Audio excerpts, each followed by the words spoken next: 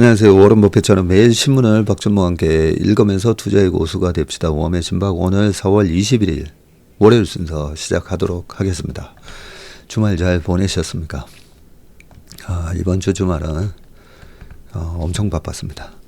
주말 잘 좀 쉬라고 많은 분들이 메시지를 남겨주셨는데 제가 노는 것도 굉장히 열심히 놀다 보니까 네, 주말도 되게 빡세게 보낸 것 같습니다. 특히 어제는 서초구 축구대회가 있어가지고요. 다행히 저희가 온누리교회 공사랑이라고요. 온누리 공사랑 FC. 제가 여러 개의 팀에 소속돼 있는데 온누리 공사랑 FC 40대 팀으로 출전해가지고 첫 경기를 8대0으로 이겼습니다. 8대0으로 이겼는데 두 번째 경기에서는 0대2로 져서 또 약간 우리 또 지는 거 좀 싫어하잖아요. 희한하게 또 이 승부욕이 좀 강해가지고요. 그러고 보니까 제가 주식 투자는 좀 승부욕이 강한 사람이 주식 투자를 해서 우리 업계 보면요. 그건 좀 그런 게 있는 것 같아요. 그래서 그런지 주식 잘하시는 분들이 보면 골프나 당구나 이런 것도 좀 잘하시는 분들이 좀 많고요. 근데 생각해보니까 꼭 주식 잘하는 분이 골프를 또 아주 잘 친다고 또 생각은 안 드네요. 아무튼 이 주식이라는 게 매일매일 바뀌고 1년 단위로 아무래도 올해 잘했다 못했다 매년 어떻게 보면 승부를 하는 약간 전쟁으로 제가 표현도 많이 하잖아요. 매일매일 수많은 투자 주체들하고 특히나 그동안에 외국인들이 우리나라 시장에서 파생시장이나 그리고 주식시장이나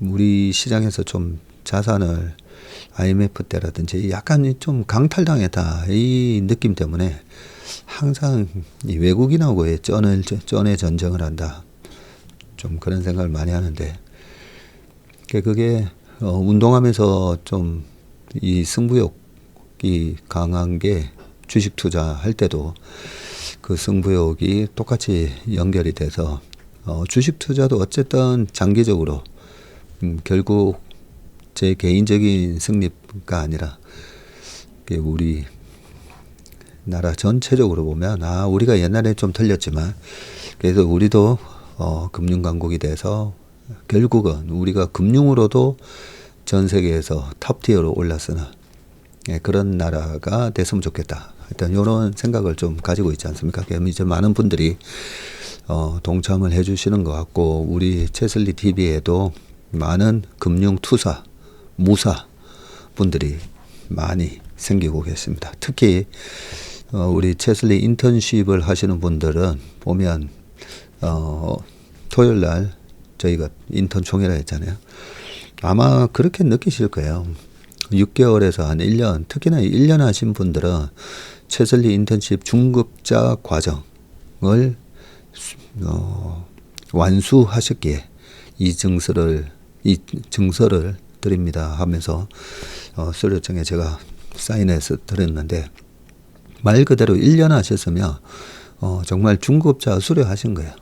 그거는 주변 분들하고 얘기해 보시면 확실하게 느끼실 겁니다. 그죠? 친구분들이라든지 아니면 직장 동료라든지 가족 간에도 인턴십을 하신 분과 하지 않은 분들 주식을 이제 주변 분들하고 얘기를 해보면 저렇게 주식하면 안 되는데 이런 느낌이 아마 드실 거예요. 그게 벌써 내가 중급자가 됐다라는 하나의 인증이라고 생각을 합니다. 그리고 또 제가 받는 피드백 중에 하나가 한 1년 넘게 하다 보니까 친구들끼리 만나가지고 그 뭐 드라마 얘기하고 막 이런 막 그런 가십거리라든지 이런 얘기하는 게 너무 좀 시간 낭비고 시시한 느낌을 받는데 이런 피드백도 많이 받거든요. 그래서 주식 투자의 묘미가 바로 그런 겁니다. 주식 투자하면서 이 세상이 어떻게 변하고 있고, 그죠? 주식 투자로 내 돈을 직접 이렇게 태우다 보니까 아무래도 모든 게 하나하나 세상에서 일어나는 이벤트가 굉장히 나한테 민감하게 다가와지잖아요. 그게 옛날에 우리가 뭐 골프 치시는 분도 아시겠지만 골프 치기 전에는 우리나라에 그렇게 골프장이 많은지 모르셨을 거예요. 근데 골프 치고 난 다음에는 저기 외곽이라든지 국도 타고 가다 보면 야, 뭔 이래 골프장 간판이 이렇게 많나. 뭐 땡땡 CC 무슨 땡땡 GC 뭐 이런 식으로 보이듯이 그게 내가 직접 하고 안 하고의 차이가 꽤 큽니다.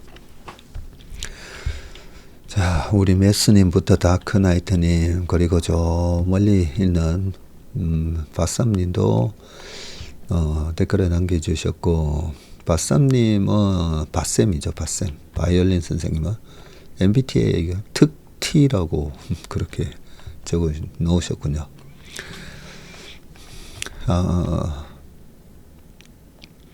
그리고 은혜님, 토리스님, 많은 분들이 어제 인턴 총회 참석하신 분들이 여기 또 그렇고 투자일기에도 많은 댓글을 남겨주셔가지고 제가 다 읽어보면서도 또 한 번에 인턴 총회의 이 감동을 또 많이 느꼈습니다.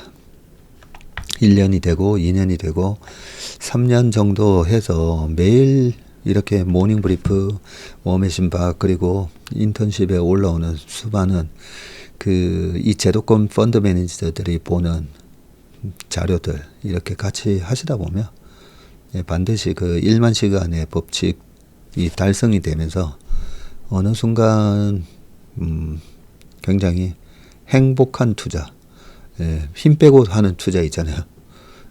브라질 축구 보면 힘 빼고 설렁설렁 하는 것 같은데 굉장히 편안하게 축구하는 것처럼 우리 최슬리 가족분들도 그렇게 힘 빼고 편안하게 또 물가를 해치할 수 있는 또 시장을 이기는 그런 수익률을 장기적으로 만들어 가실 수 있을 거다 생각을 합니다. 자, 그러면 기사 한번 읽어보도록 하겠습니다. 자, 오늘은 기사의 첫 번째 기사는 AI가 갈라놓은 글로벌 비만약 투톱의 희비라고 되어 있거든요. 아마 최근에 1111가 잘 나가는데 노보노디스크가 많이 빠져서 그런 게 아닌가 생각이 듭니다. 창업 100년이 넘은 굴지의 제약기업 1111와 노보노디스크의 비만 신약 경쟁이 새로운 국면으로 접어들면서 두 회사의 희비가 갈리고 있다. 덴마크의 노보노디스크가 2021년 비만 신약 위고비를 출시해 지난 3년 동안 시장 1위를 지켰는데 후발주자인 미국의 1111가 먹는 비만약 개발에서는 앞서가면서 조만간 1, 2위가 뒤집힐 수 있다는 관측도 나온다. 당뇨와 비만 치료제 부문에서 한 우문을 파온 노보노디스크의 독보적 입지가 1112의 발빠른 인공지능 AI 활용 전략에 흔들리고 있다는 것이다. 여기 딱 표가 보기 좋게 비교를 잘 해놨네 보니까. 노보노디스크 위고비, 오젬픽, 리벨서스 그리고 112는 젯바운드, 마운자로, 버제니오, 도나네맙 이렇게 되어 있습니다. 본사는 덴마크, 112는 미국. 노보노디스크가 1923년에 설립됐고요. 야, 112는 1876년에 설립이 됐네요. 엄청 오래된 회사네요. 150년 됐다고 그죠? 시가총액은 지금 시가총액이 2배 이상 차이 나네. 일라일리는 1542억 달러. 7,542억 달러. 이야. 1,000조가 넘는다, 그죠? 네, 1,000조가 넘고, 노버노디스크도 한 400조 정도 되네요. 한때 한 600조, 700조 갔는데, 그죠? 24년 글로벌 매출은 440억 달러, 노버노디스크, 그리고, 일랄리는 580억에서 610억 달러 정도 추정. 매출 사이즈에 비해서는 시가총액이 월등하게 높다, 그죠?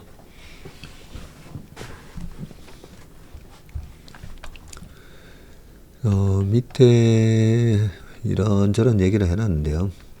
자, 작년까지만 해도 당뇨 비만약 부문에서만큼은 노보노디스크가 승기를 쥐고 있었는데, 노보노디스크와 일랄리는 둘 다 1923년부터 당뇨 치료용 인슐린을 판매해 왔지만, 100년 전부터 당뇨 치료용 인슐린을 판매해 왔었군요. 100년 전부터. 이 분야 전문성은 노보노디스크가 강했는데 1978년 세계 최초로 대장균을 이용해서 인간 인슐린을 생산하는 데 성공했고요. 1985년 세계 처음으로 펜 형태의 인슐린 주사제를 출시해 시장 점유율 1위를 차지했다고 합니다. 2013년에는 GLP-1 유사체 기반의 비만 치료제로는 세계 최초로 삭센다를 출시했고, 21년 비만 신약 위고비로 시장 지배력을 강화했군요. 상황이 달라진 건 작년 말부터인데, 노보노디스크는 지난해 12월 차세대 비만 신약 카그리세마의 임상 결과를 발표했으나 그 결과가 시장 기대에 미치지 못해서 주가 급락을 겪었고, 여기에 위고비가 계속해서 공급 부족 사태를 겪는 상황에서 일랄릴리가 개발한 먹는 비만약이 임상에서 앞서가면서 노보노디스크의 입지가 흔들리게 된 것이다. 위고비는 일주일에 한 번 주사를 놓는 방식인데, 일랄릴리가 개발 중에 먹는 비만약은 알약 형태로 하루 한 번 복용한다. 쭉 돼 있는데요. 비만 치료제 글로벌 시장 규모 한번 보겠습니다. 규모 보면 24년에 88억 달러. 88억 달러니까 한 13조 시장이다, 그죠? 그런데 이게 26년 내년만 되더라도 30조 시장이 됩니다. 30조 시장. 그리고 2030년이 되면 539억 달러가 되면서 한 80조 시장이 되네요. 비만 치료제 시장이 이제 먹는 비만약 경쟁으로 넘어가면서 앞으로 일라일릴리와 노보노디스크의 경쟁을 판가름할 열쇠는 출시 시기와 생산량이 될 전망인데, 현재까지는 일라일릴리가 한 발 앞서는 모습이고, 먹는 비만약 임상 3상을 마쳐서 FDA 승인과 출시도 노보노디스크보다 빠른 전망이고, 일라일리는 2020년 이후 미국과 유럽을 중심으로 총 500억 달러 이상을 제조시설 확장에 투자해서 노보노디스크보다 생산 능력도 앞선다는 평가를 받고 있네요. 다만 일각에서는 노보노디스크가 100년 넘게 당뇨 비만약 치료에 대해 전문성을 강화해 온 기업인 만큼 앞으로 반등할 수 있는 가능성도 있다고 본답니다. 파이낸셜 타임즈 등은 노보노디스크는 차세대 비만약 카그리세마 외에도 먹는 비만약 아미크레틴의 추가 임상 시험을 계획하고 있다면서 비만약 업계에서 최후의 승자가 누가 될지는 더 지켜봐야 한다고 했습니다. 우리가 너무 풍족하게 살다 보니까, 그죠? 이 비만이 생긴 건데, 저도 요즘 배가 나와가지고요. 요즘 제 얼굴이 좀 좋아졌다. 이런 댓글 볼 때마다 제가 살쪄서 그런 건데, 이런 생각도 좀 듭니다. 살이 빠지면 아마 이 주름이나 이런 게 확 아마 드러나 보일 건데 이게 딜레마입니다. 최근에 많이 먹습니다. 제가 원래도 많이 먹는데요. 최근에도 보통은 밥 한 두세 숟갈 이렇게 덜어내 놓고 드시는 분들이 있는데 그 밥 덜어내 놓은 걸 제가 다 먹고 남이 먹다 남은 거 다 먹다 보니까 항상 1.5인분 그걸 예전에 한번 그냥 정량만 먹어도 살이 좀 빠지더라고요. 워낙 에너지 소비가 많다 보니까 우리 뇌가 이 머리 전체는 되게 무거운데 이 해골 안에 들어가 있는 이 뇌 자체는 전체 몸무게에서 한 2%밖에 안 된다고 그러잖아요. 그 2%가 전체 에너지 소비의 20%를 차지한다고 하니까 머리도 많이 쓰고 거기다가 이제 몸도 많이 쓰다 보니까 에너지 소비가 많아서 신진대사가 좋다 보니까 좀 많이 먹는 편이긴 한데 이 비만약 이런 얘기를 들을 때마다 보면 좀 덜 먹으면 빠지잖아요. 솔직히 좀 덜 먹으면 빠집니다. 그런데 아마 다 그러시겠죠. 그냥 덜 먹기가 쉽냐고. 그죠? 네. 인생의 행복 중에 하나가 이 맛있는 음식 먹는 건데 참 그래도 많이 필요 이상으로 먹는 거는 어쨌든 좀 줄이긴 해야 될 것 같아요. 근데 어제도 그 축구 끝나고 저녁 먹고 그러고 나서 사우나 하고 또 저희랑 같이 두 번째 경기 했던 팀도 제가 그 팀에도 소속돼 있고 우리 온누리교회 팀에도 소속돼 있다 보니까 또 상대팀 치맥 먹는데 또 가가지고 거기서도 또 치킨 먹고 막 이러다 보니까 지금도 배가 부릅니다. 아무튼 참 적게 먹는 게 힘들어서 다 이렇게 비만약을 또 먹으면서 살 빼려고 다 애를 쓰시는 것 같습니다. 아이러니하다, 그죠? 그 다음 기사는 중국 위협적인 첨단 기술 휴머노이드 로봇 절반 장악 군사력 전환 가능성. 로봇을 핵심 산업으로 육성해서 중국이 19일 세계에서 처음 개최한 휴머노이드 로봇 마라톤 대회 현장에서는 응원 소리만큼 웃음도 끊이지 않았다. 휴머노이드 로봇 마라톤이 있었어요? 19일이면 토요일이었네요. 거북이처럼 속도가 느린 로봇도 있었고 여성의 얼굴을 붙인 휴머노이드는 출발하자마자 주저앉아 버렸고 균형을 잃고 관중석으로 돌진하는 로봇도 있었다고 합니다. 그러나 전문가들은 이번 대회가 갖는 의미를 가볍게 보지는 않았는데 휴머노이드 로봇이 모든 변수가 통제된 실험실이나 한정된 실내외 공간이 아니라 인간의 일상 공간인 도심으로 나왔기 때문이다. 중국 신화통신은 대회에 앞서서 단순한 기술 시연을 넘어 중국 로봇 산업의 현재와 미래를 상징적으로 보여주는 이정표라고 평가를 했고요. 군사용으로 활용되는 중국 첨단 기술 이렇게 나오고 있습니다. 강아지처럼 생긴 로봇 위에다가 기관총 같은 걸 갖다가 딱 해놨다, 그죠? 이 로봇 인민해방군 소총을 부착한 로봇개로 훈련을 하고 있고 3km 반경 내 1만 명이 접속 가능한 군용 5G 이동기지구 군사암호 해독 활용 가능성도 있다고 하고요. 이건 뭐죠? 드론인데 세계 시장 점유율 70%가 넘는 중국 드론이네요. 메타 라마 기반의 군사용 AI 개발이라고 되어 있습니다. 젠선 왕께서는 피지컬 인공지능의 대표 기술로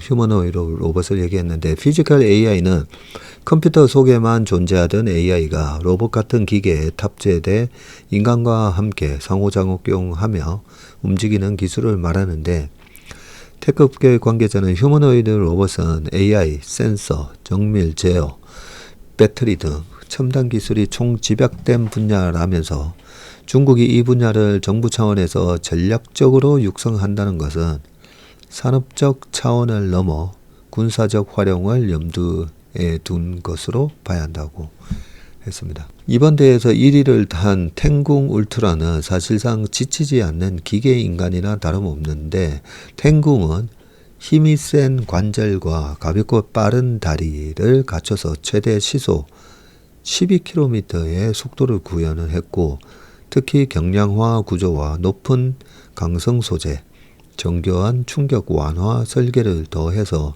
장거리 주행 중에도 기체가 온전히 유지될 수 있도록 했는데, 관절 열전도 기술과 전신 열 시뮬레이션 기술을 활용해 장시간 연속 주행이 가능하도록 했고, 여기에 로봇 지능 플랫폼을 탑재해서 사고 능력을 갖춘 대뇌, 운동 능력을 갖춘 소뇌의 역할을 하도록 했다고 합니다. 이를 통해서 주변 환경을 인식해서 울퉁불퉁한 길에서도 균형을 유지할 수 있도록 한 것이고, 야전에서 위력을 발휘할 수 있는 기술들이라고 합니다. 이미 중국은 첨단 기술을 치안 유지와 군사적 목적으로 활용하고 있는데, 지난달 말 중국 공항은 타이어 모양의 굴러다니는 경찰 로봇을 배치했고요. 최대 시속 35km 속도로 범죄자를 추적하는 자율주행 로봇이라고 합니다. 카메라 센서로 안면 인식을 통해 지명 수배자를 식별하며 그물총도 발사할 수 있다고 하네요. 그뿐 아니라 지난해 11월 중국 CCTV에 따르면 중국 국방과학기술업체 중국병기장비그룹은 자체 개발한 4발 달린 늑대 로봇을 공개했고요. 늑대 로봇은 고화질 카메라, 적외선 열화상 카메라, 소형 레이더 등 정찰 장비를 장착해 다양한 정보를 수집한다고 합니다. 또한 가벼운 총기를 탑재해서 공격을 할 수도 있다고 하네요. 이미 세계 드론 시장 70%를 장악하고 있는 중국은 군집 비행이 가능한 드론부터 자폭이 가능한 드론까지 다양한 군사용 드론을 보유하고 있고, 여기에 자국 5G 기술을 활용해서 수만 대 이상의 군사 로봇을 동시에 제어할 수 있는 기술도 갖춘 것으로 확인됐다. 무시무시하네요, 이 부분은. 뭐 쭉 이렇게 적혀 있습니다. 중국의 휴머노이드 로봇 산업은 산학연 연계가 원활해서 생태계 확장 속도가 빠른 데다가 자본 유입 규모가 커서 단기간에 스타 기업이 탄생하는 구조이고, 특히 올해가 중국에서는 산업 현장에 휴머노이드가 투입되는 원년이 될 전망이라고 합니다. 저우 자동차, BID, 샤오풍 등 자동차 회사들의 로봇과 샤오미를 비롯한 빅테크 기업의 로봇도 산업 현장에 쏟아지고 있고요. 파이낸셜 타임즈는 지난 9일 저렴한 부품, 빠른 혁신 속도, 정부 투자가 중국 로봇의 비결이라고 했습니다.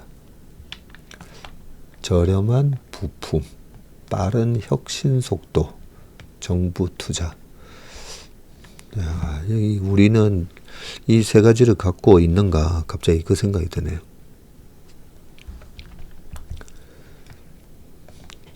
자, 그 다음 기사는 트럼프 관세 협상 1번 타자 일본. 서두르다가 4분이라고 돼 있어요. 우리가 다음 주죠. 다음 주인데, 24일? 아까 보니까 24일이라고 했던 것 같기도 한데, 일본이 어떤 결과를 갖고 나오는지를 우리가 먼저 좀 보면 좋은데, 일단 뭐라고 되어 있나 한번 보겠습니다.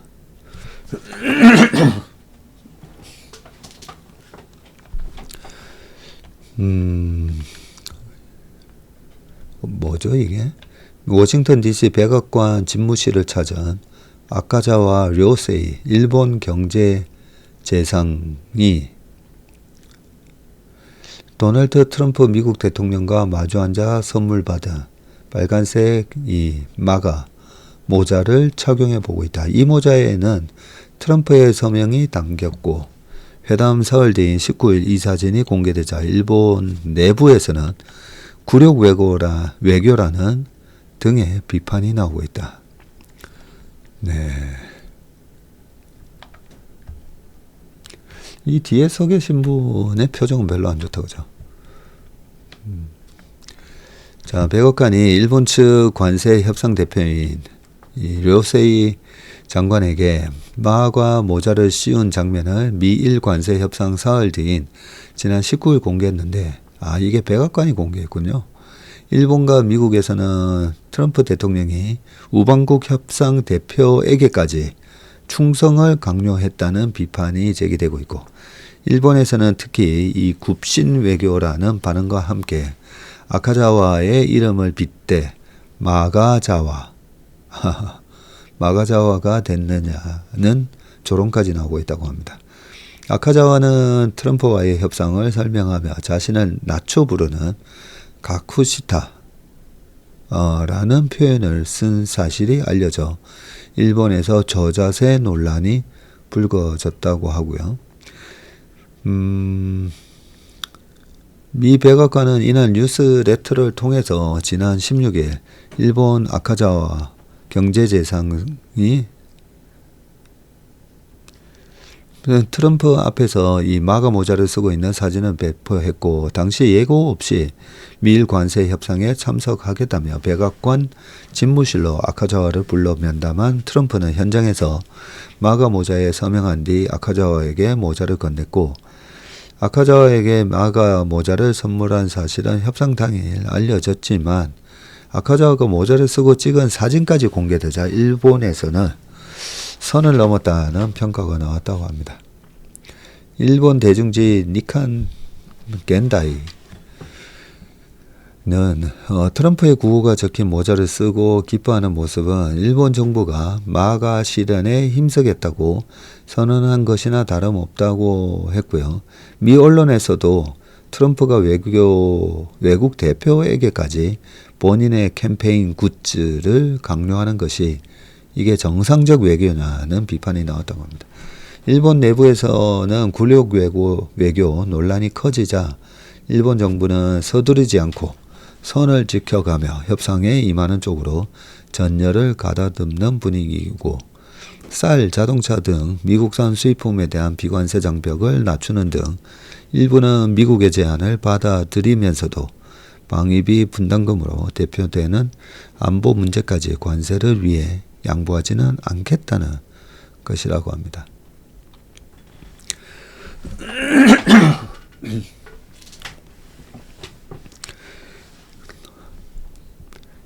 니혼게이지 신문 등 일본 언론에 따르면 일본 정부는 미국의 요구사항 가운데 우선순위가 높은 미국산 쌀과 자동차의 일본 판매량 확대를 위해서 비관세 장벽을 낮추는 방안을 검토 중인데, 지난 16일 워싱턴 DC에서 열린 미일 관세 협상에서 트럼프 대통령이 아카자와 경제재생상에게 일본에서 미국 차가 팔리지 않는 것이 이상하다면서 대일 무역 적자가 크다, 제로로 만들고 싶다, 이런 얘기를 했다고 합니다. 이에 미국산 자동차의 수입과 관련해 까다로운 형식 인증 같은 일본 시장 진입 규제를 간소화하는 방안이 거론되고 있다고 알려졌고요. 일본 정부는 쌀, 자동차 등을 미국에 줄 수 있는 협상 카드로 제시하면서 한편으로는 미일 관세 협상에서 안보 문제가 주요 의제로 부각되지 않도록 경계하고 있고요.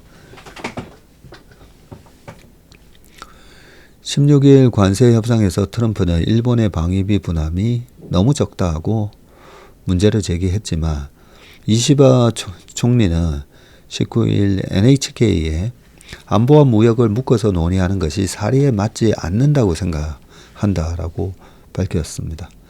이시바는 앞서 협상을 앞둔 지난 14일 국회에 나가 서두르지 않고 장기적인 관점에서 미국과의 관세 협상에 접근하겠다고 그렇게 말을 했다고 하네요.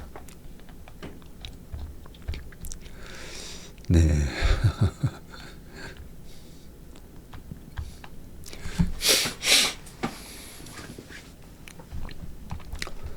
근데 이게 일본 스타일인 거잖아요. 강자 앞에 가서는 실리를 추구하는, 마가 모자 쓰고 이렇게 다 하면서 근데 혼내는 이제 찐심은 다르지만 그죠? 앞에서는 하면서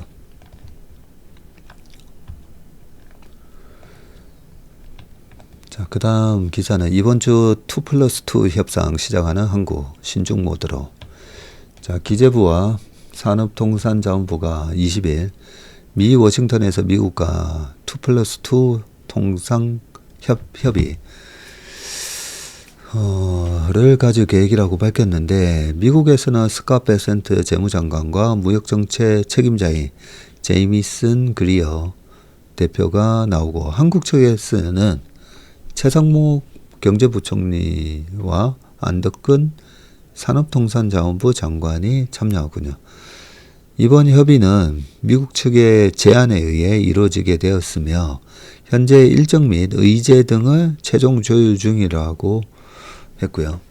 이미 미국으로 수출되는 철강, 알루미늄, 자동차에 대한 관세 25%가 발효되어서 수출 피해가 가시화되는 상황이지만, 이번 협상을 앞두고 정부와 업계에서는 신중론이 부상하는 분위기인데, 최근 일본에서 저자세 협상 논란이 일고 있는 데다가 국내 일각에서는 지나치게 서두른다는 비판이 나오는 것까지 감안해서 신중하게 대응한다는 입장을 거듭 강조하고 나선 것이다.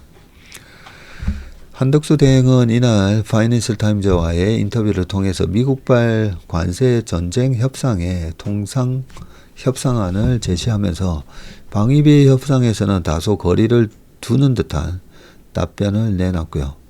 한 대행은 미국산 LNG와 상업용 항공기 구매를 포함해서 무역 흑자 축소에 대해 논의할 의향이 있다면서 해군 조선 분야에서의 협력 확대 역시 한미동맹 강화에 도움이 될 것이라고 했습니다.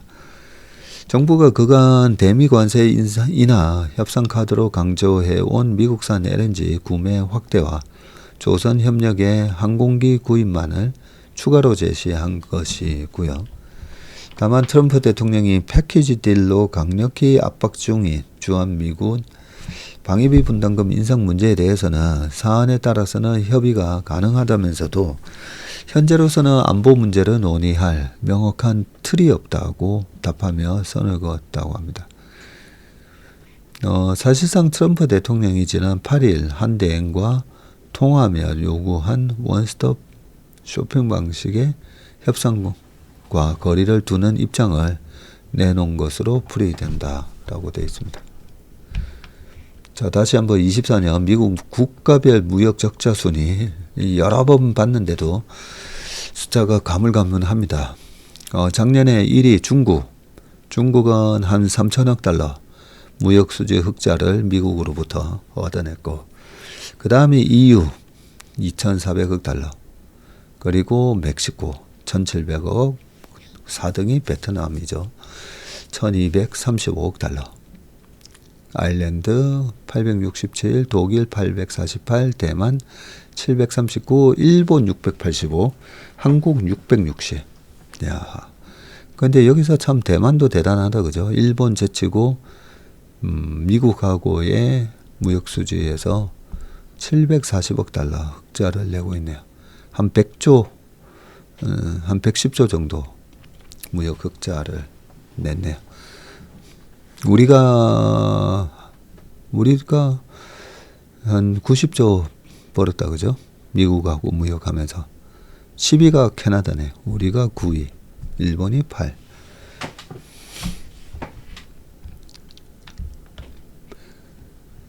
이번 주 방미를 앞둔 안덕근 장관 역시 협상을 장기적으로 이어가는 것이 중요하고 미국과의 관세 협상이 장기화될 수 있다고 했고요. 근데 3개월 90일이라고 못을 박아놨잖아요. 트럼프 대통령 집권 기간 내내 관세 문제가 이어질 가능성이 있는 만큼 협상은 단판 승부가 아닌 장기전으로 보고 임하겠다는 것이다. 아닌데 미국은 단판 승부를 원하는 것 같은데, 그죠? 한 장관 역시 방위비 인상 문제에 대해서는 아직 미국 측에서 먼저 방위비 문제를 논의하자는 제안은 하지 않았다고 합니다. 그러면서 향후 이야기가 나오면 최대한 미국 측 입장을 듣고 관계 당국에 전달해서 소관부처가 대응하도록 하겠다고 신중한 입장을 내놨다고 하고요. 전문가들은 미 행정부의 관세 정책이 앞으로 계속 바뀔 수 있는 만큼 모든 카드를 공개하는 식의 협상은 바람직하지 않다고 지적했고요. 한미 관세 협상은 언제 꼴대가 움직일지 모르는 게임이기 때문에 미측 제안의 타당성을 신중하게 검토해야 한다고 했습니다.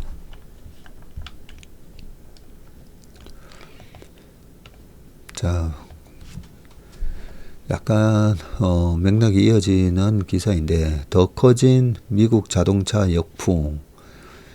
미국에서 트럼프발 자동차 관세 폭탄에 역풍이 거세지고 있고 미국에 맞서 중국과 캐나다 등이 미국산 자동차에 보복 관세를 매기자 일본, 유럽 자동차 회사들이 미국 내 공장에서 가동 중단 등 구조조정을 시작한 것인데 수출길이 막히고 장기적으로 자동차 수요가 둔화될 것이라는 전망에 따른 조치입니다. 앞서 캐나다와 멕시코 공장에서 차를 만들어 미국으로 들여오던 GM 모터스와 스텔란티스는 이런 미국 기업들이 관세 발표 직후 해외 공장에서 인력 감축 등에 돌입한 상태이고요. 트럼프의 관세 장벽이 오히려 미국 자동차 산업 전반에 충격을 주고 있는 상황입니다. 스웨덴의 볼보는 지난 19일 미국 내 트럭 공장에서 최대 800명을 감원한다고 밝혔고요. 해당 공자 인력의 10%에 해당하는 숫자이고 북미 지역에서 유럽 기업이 감원을 하기로 한 것은 이번이 처음이라네요. 볼보는 작년 북미에서 트럭 판매량이 4만 5천 대로 23년 대비 18%나 줄었다고 합니다. 여기에 관세 등으로 수요 침체가 예상되자 구조조정을 시작한 것이다. 일본 마쓰다는 10일부터 미국 엘라바마 공장에서 만드는 SUV, CX-50 등 캐나다 수출용 생산을 중단한다고 했고요. 마쓰다는 캐나다에 공장이 없어서 그간 미국에서 만든 차를 수출해 왔지만 캐나다가 미국의 자동차 관세에 대항해서 최근 25%의 맞불 관세를 매기기 시작하자 가격 경쟁력이 떨어져 사업성이 낮다고 보고 생산을 멈춘 것이다 라고 되어 있습니다. 월스트리트저널은 미국 포드가 픽업 트럭, F-150 랩터, 그리고 스포츠카 머스탱, 대형 SUV 내비게이터 등의 중국 수출을 중단했다고 보도했고요.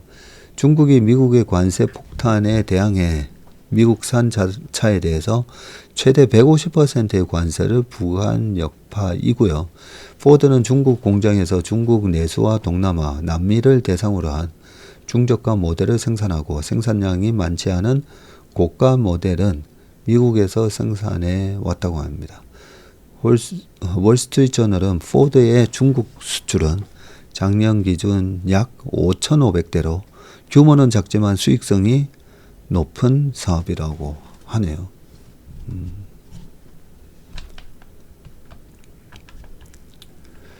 자, 로봇 얘기 다시 한번 보겠습니다. 만물상이고요. 지난 2월 중국인 10억 명이 시청하는 CCTV의 설 특집쇼에 이 휴머노이드 로봇, 이족 보행 인간형 로봇 이렇게 정의를 해놨네요. 예, 안무가 시작됐고 영화감독 짱이모가 연출한 양봇이라는 공연에서 휴머노이드 16대가 사람 무용수 16명과 중국 동북 지역의 전통 무용인 모내기 춤을 춘 것인데 로봇들은 손수건을 던졌다가 다시 받는 등 고난도 동작을 완벽하게 수행해서 관객의 탄성을 자아냈습니다. 로봇 무용수는 중국 기업 유니트라가 만든 휴머노이드 로봇인데 유니트리 유니트리가 만든 유니트리 창업자인 왕싱싱 35살? 잠깐만요. 우리 왕정 차량이 88년생이니까 우리 왕 차량이 훨씬 나이가 한 3살 더 많네요. 이 만으로 된 나이일 거니까 그죠? 2살 더 많네. 이 왕싱싱은 저장 이공대학 출신으로 세계 최대 드론 기업 DJI에서 기술자로 일하다가 2016년 로봇 기업을 창업했고요. 기업 가치 10억 달러가 넘는 유니콘 기업으로 키웠습니다. 23년 항저우 아시안게임에서 그가 만든 사족보행 로봇이 원반 던지기 경기에서 원반 운반 요원으로 활약해서 세계 이목을 끌기도 했고요. 중국의 로봇 기업 70만 곳이 세계 산업용 로봇의 50% 이상을 공급할 정도로 중국 로봇 산업은 압도적 경쟁력을 자랑한다. 야. 중국산 휴머노이드의 생산 원가는 테슬라 옵티머스의 절반도 안 되고요. 2035년에는 200조 원대로 급성장할 시장을 보고 이공계 천재들이 대거 휴머노이드 분야에 뛰어들고 있다네요. 화웨이에서 절대 넘어지지 않는 자율주행 자전거를 만들어서 괴짜 발명가로 이름을 떨친 펑쩌후이도 로봇 기업을 창업. 1년 만에 테슬라 옵티머스와 대등한 수준의 인공지능 로봇을 선보였다고 합니다. 네, 지난 주말 중국 베이징에서 세계 최초의 로봇 마라톤 대회가 있었는데 로봇 21대가 참가했군요. 하프 코스를 달렸다고 합니다. 이야. 우승은 2시간 40분 42초를 기록한 탱궁이고 키 180에 몸무게 52kg의 탱궁은 코스 내내 시속 8에서 9km를 유지하면서 안정적인 주법을 선보였고 기술진은 인간의 마라톤 운전을 학습시킨 알고리즘 덕분이라고 했습니다. 젠슨 왕은 인공지능 다음의 기술 최전선은 이 피지컬 AI라 하면서 휴머노이드의 중요성을 강조했고요. 휴머노이드 기술의 승부처는 인간의 손을 얼마나 정확히 구현하느냐로 좁아지고 있는데 아직 손가락 제어 기술이 자동차 생산 라인에서 전기 배선 작업을 할 수준까지는 이르지 못했고요. 피지컬 AI 경쟁력의 원천은 생산 현장의 근로자 행동 데이터이기 때문에 세계 공장 중국이 어느 나라보다도 유리합니다. 여기에 수많은 이공계 천재가 양적 질적으로 경쟁국을 압도하고 있고 중국의 로봇 굴기는 가속도가 붙을 게 분명해 보인다. 야, 이 로봇 이런 거에 우리가 뒤처지면 안 되는데 그죠? 좀 안타깝습니다. 기사를 오늘은 6개, 총 7개를 제가 들고 왔었네요. 요 마지막, 요 기사 그래도 하나 더 보고 갈게요. 트럼프 관세 발표 전에 메타 주식 1조 팔아치운 저커버그라고